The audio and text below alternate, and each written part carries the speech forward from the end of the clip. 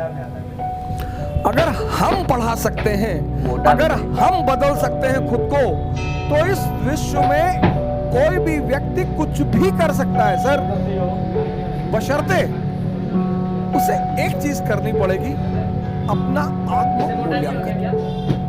दुनिया में सबसे इंपॉर्टेंट चीज है डायरेक्शन। जिसको भी मिल गई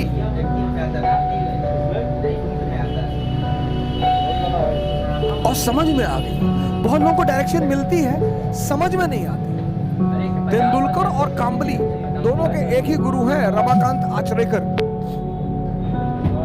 माननीय श्री रमाकांत आचरेकर अब तो हमारे बीच है नहीं वो, लेकिन एक आदमी क्रिकेट का खुदा बन गया, भगवान, और दूसरा आदमी तमाम योग्यता होने के बावजूद गुमनामी के अंधेरे में खो गया।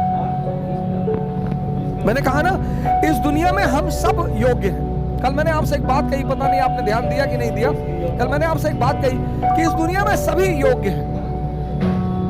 कोई अर्जुन है, कोई कर्ण है,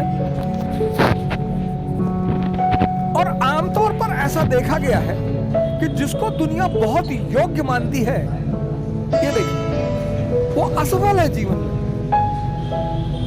ये बात लोगों को बड़ी परेशान करती है, बहुत हैरान करती है कि ऐसा क्यों है यार, कि एवरेज क्षमता का आदमी, अब कर्ण के सामने अर्जुन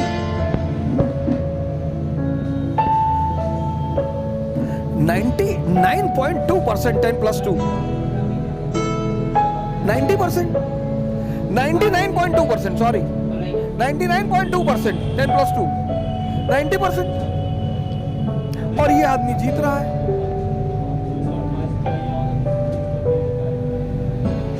ये बात आपको आश्चर्यचकित नहीं करती? और ये यही नहीं है कहानी में, ये जीवन में भी है।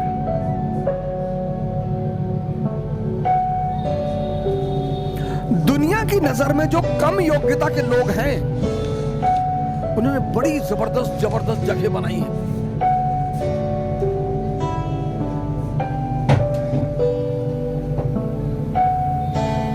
दुनिया में जो कम योग्यता के लोग हैं, उन्होंने बड़ी जबरदस्त जगह बनाई है। क्यों है ऐसा? क्योंकि जो भी संदेह के सहारे चलेगा, संदेह, जिसको भी अपने कामों पे डाउट है, इसका सारथी कौन है? संदेह, मन, शल्य। इनका सारथी कौन है? चैतन्य। ये कल मैंने आपको बताया था, कॉन्शियस। पर जीवन में ये देखो कि तुम्हारा सारथी कौन है, और जीवन 100% रिस्क है। यहां मौत को छोड़कर कुछ भी कंफर्म नहीं है, और 98% लोग इस दुनिया में 98% लोग इस दुनिया में हर चीज का कंफर्मेशन चाहते हैं। बस ये परेशान है, यही परेशान है। 2% रिस्क लेते हैं, और जब ये 2% उपलब्धि की ऊंचाइयों तक पहुंच जाते हैं, तो ये 98-90% अपने आप को सांत्वना देता है कि अरे भैया, भाग्य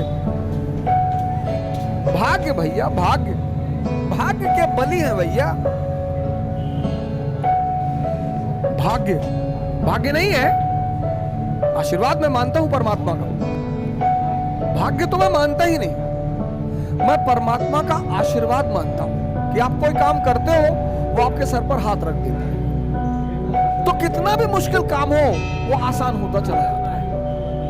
और आपको एक ऐसे कई सारे लड़के मैंने अपने टीचिंग के दौरान देखे जो आए और आते उन्होंने कहा कि सर हमें IAS नहीं बनना, पापा जबरदस्ती भेज दिए, हम पढ़ने आए। हम नाम नहीं लेंगे, एक यूपी कैडर के IAS है, मैं उनका नाम नहीं लूंगा, हमारे मित्र हैं। उन्होंने हमसे यही कहा था